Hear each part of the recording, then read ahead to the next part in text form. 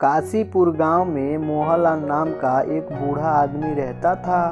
मोहनलाल के परिवार में उसके साथ पत्नी सुरेखा और उसके दो बेटे मोहित और रोहित रहते थे। मोहनलाल अपने दोनों बेटे का परवरिश में कोई कमी नहीं रखा था।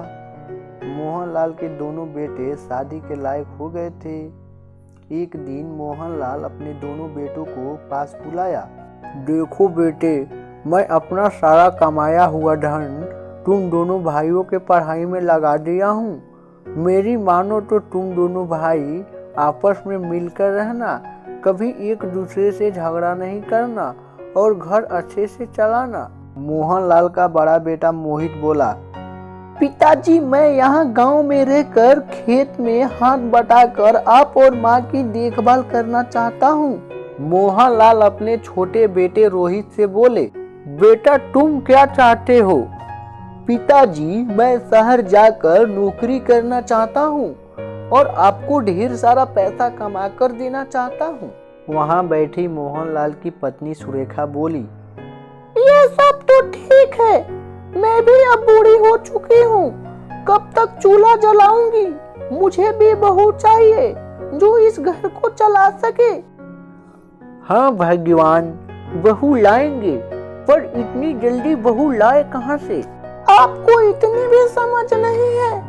रामपुर की शारदा बहन की बिटिया नेहा बहुत सुंदर है, उसी से अपने बड़े बेटे मोहित की शादी करा देंगे। मोहनलाल, तो ठीक है, कल ही शारदा बहन के घर चलकर रिश्ते की बात कर लेते हैं।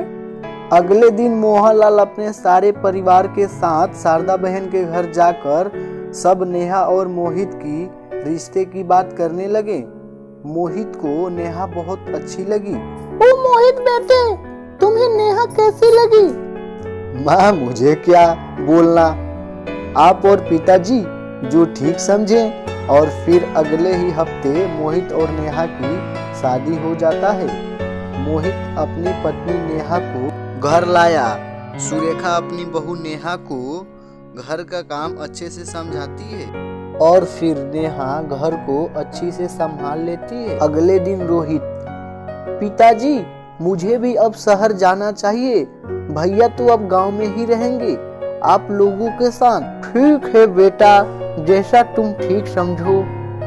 रोहित सब बड़ों से आशीर्वाद लेकर शहर निकल जाता है। कुछ दिनों बाद रोहित घर आता है। रोहित को देख घर के सभी लोग हैरान हो गए, क्योंकि रोहित के साथ एक लड़की मॉडल ड्रेस में आई हुई थी। मोहनलाल, अरे बेटा ये मैम कौन है? पिताजी ये मेरी पत्नी तानिया है। मोहनलाल बोला, बेटा शादी कर लिया, लेकिन मुझे एक बार भी बताना ठीक नहीं समझा, आसपास में क्या इज्जत रह जाएगा। पिताजी अब क्या बताऊं, सब इतनी जल्दी हुआ कि बताना ठीक नहीं समझा। पिताजी मुझे माफ कर दीजिए। माफ कर दूं? बेटा तुमने जो किया है माफी के लायक नहीं है, मैं तुम्हें कभी माफ नहीं करूंगा, निकल जाओ मेरे घर से। इतना सुनने के बाद रोहित अपने पिता से बोला, निकल जाऊं? पिताजी बेटा हूं आपका, मुझे भी इस घर में रहने का पूरा अधिकार है, इसलिए मुझे घर का बंटवारा अभी का अभी चाहिए। ये सब सुनते हुए सुरेखा अपने बेटे रोहित से बोली, पागल हो गया है, कोई अपने पिताजी से ऐसे बात करता है? मैं तेरे पिताजी को समझाने की कोशिश करती हूँ। सुनिए जी, घर के बंटवारा होने से अपने ही बेटे में भेदभाव रहेगा, इसलिए आप रोहित को माफ कर दो।